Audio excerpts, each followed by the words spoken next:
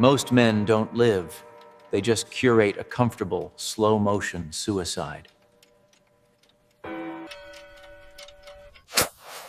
They pray for peace when what they really mean is numbness. They want a crown that weighs nothing, and a God who doesn't ask anything of them.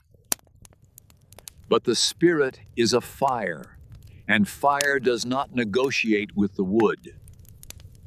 It consumes it, and you call that cruelty only because the squatter inside you knows what's coming. You talk about eviction like it's a metaphor, Thomas, but it feels like my skin is being peeled off. Every time I reach for that higher life you say God has for me, the shadows in this room start screaming my name. They remind me of every debt I haven't paid, and every sin I've grown to love. So tell me why God's love feels so much like a siege. Because you're still trying to keep a room in the palace for your old self.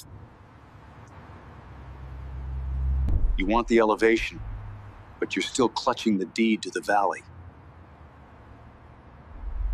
You're complaining about the heat, but the heat is the only thing that will melt the chains you mistook for jewelry. If you're waiting for permission to surrender, you've already chosen the throne you'll die on. What follows surrender is not clarity of feeling, but clarity of direction. Obedience always begins by costing you something you used to protect.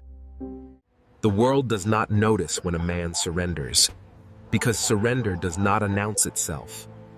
This is the new altar. Choices made without witnesses.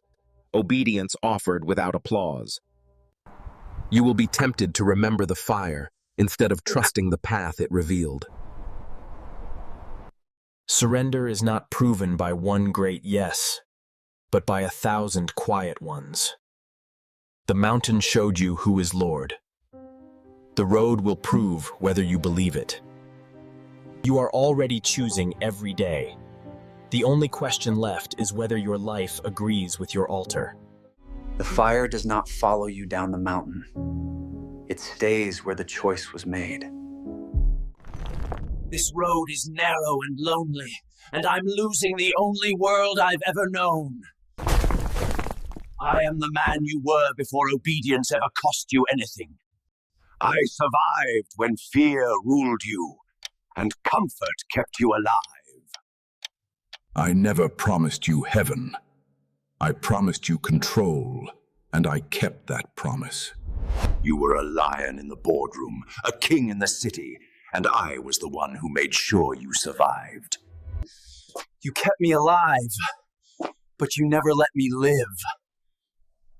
He is the truth, and the truth is that I was a king of nothing.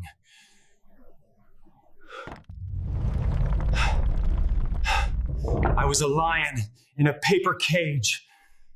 If you let me go, you'll be a vacuum, hollow and unable to breathe without me. If you put me to death, you will stand exposed. I was crucified with Christ, and you no longer rule. If you let me go, you won't be holy, you'll be empty. There is no room in this temple for two thrones. You've spent your whole life limping between two opinions. If the Lord is God, follow him, and if Baal is God, follow him.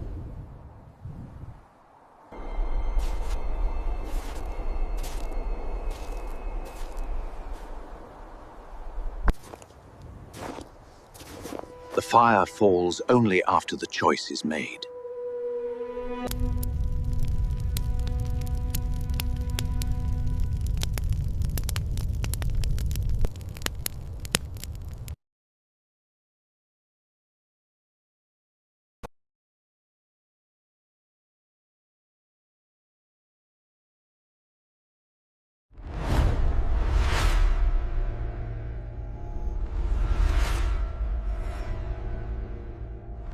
ABN is committed to proclaiming Jesus Christ to the world through truth, clarity, and courage. Our mission is simple: to reach nations, change lives, and make the gospel accessible to every heart. You can stand with this mission by partnering with ABN through abngive.com.